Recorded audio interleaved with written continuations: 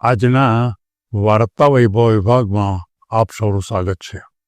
આજની વાર્તા સૂરજમુખીના પુલ માણસોને હકારાત્મક સંદેશો આપે છે. મિત્રો, આપણને ખબર છે કે સૂરજમુખીના ફૂલ હંમેશા સૂરજ તરફ જ પોતાનું જે આગળનો ફેસ છે એ સૂરજ તરફ જ રાખતા હોય છે. સૂરજ પોતાનું સ્થાન બદલે એટલે ફૂલ પણ પોતાનું સ્થાન ધીમે ધીમે બદલતા હોય છે. આનંદથી જોવાની મજા આવે એવી વાત છે. અને એ વાતને આપણે જુદી રીતે મનોવિજ્ઞાનની ભૂમિકા ઉપર લેવાનો પ્રયત્ન કરીએ કે આ રીતે એ ફૂલ જ્યારે સવારમાં એ પૂર્વ દિશામાં હોય અને ધીમે ધીમે કરતાં સૂર્ય જ્યારે પશ્ચિમ દિશામાં જાય એટલે એ ફૂલ પણ પશ્ચિમ દિશા તરફ જાય છે. ક્યારેક આપણને પ્રશ્ન થતો હશે કે સૂર્ય જ્યારે નહીં હોય ત્યારે સૂરજમુખી ફૂલનું થતું હશે શું? સૂરજ હોય ત્યારે તો એની સામે આવી જાય.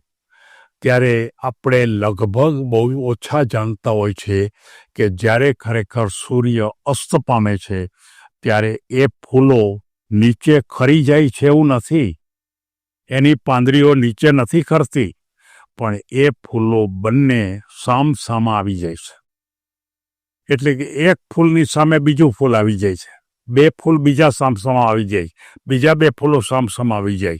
કોઈક વાર તમે નજર કરજો તો તમને ખ્યાલ આવશે કે સૂરજમુખીના જે ફૂલ છે બધા એ ખરી નથી જતા, પણ હકીકતમાં એ ફૂલો સામસામા આવી જાય છે. અને એ સામસામા આવી જાય છે એનો અર્થ શું? એનો અર્થ એ થયો કે બંને એકબીજા પાસેથી શક્તિ લે છે. સૂર્ય હોય ત્યારે તો એ સૂર્ય પાસેથી શક્તિ લે છે, પણ સૂર્ય જ્યારે નથી ત્યારે આપોઆપ એકબીજા પાસેથી શક્તિ લેવાનો પ્રયત્ન કરે છે.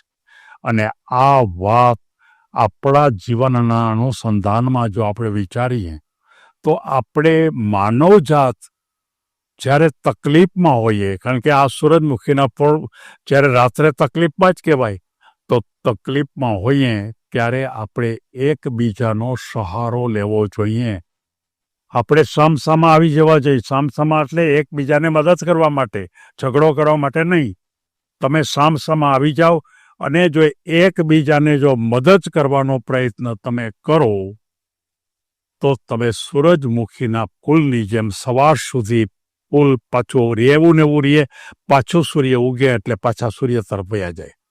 આપણે પણ આપણે તમામ સમસ્યાનો ઉકેલ, આપણને આવતી તમામ મુશ્કેલીઓ, આપણને આવતી તમામ કોઈ એવી તકલીફો, આનો ઉકેલ માત્ર એ જ છે કે આપણા આત્મીયજનોએ સામસામા શક્તિની લેવડ દેવડ કરવી જોઈએ.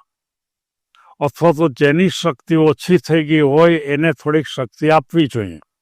અથવા તો પરસ્પર એકબીજા પર લઈ શકાય. આ વસ્તુની શક્તિ એની પાસે વધારે છે તો આ લીએ, આની પાસે વધારે હોય તો આ લીએ.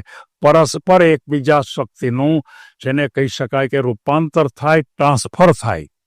અને એ ભૂમિકા ઉપર તમે જઈ શકશો કે આ સૂરજમુખીનો ફૂલ માનવજાત માટેનો એક ચોક્કસ સંદેશો આપે છે કે આપણા આત્મીયજનો, આપણા નજીકના માણસો, આપણા સગા સંબંધીઓ એ જ્યારે ખરેખર તકલીફમાં હોય ત્યારે બરોબર એકબીજાની શક્તિ જેમ સૂરજમુખીના ફૂલો લે છે એ જ રીતે તમારે લેવા માટેનો પ્રયત્ન કરવો જોઈએ.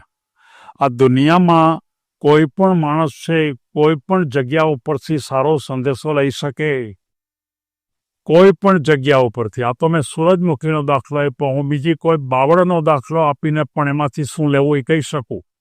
હું અન્ય પ્રકારના કોઈ બીજા સામાન્ય પ્રકારના જો કોઈ છોડ હોય, ઝાડ હોય, તો એમાંથી આપણે સંદેશો શું લેવો?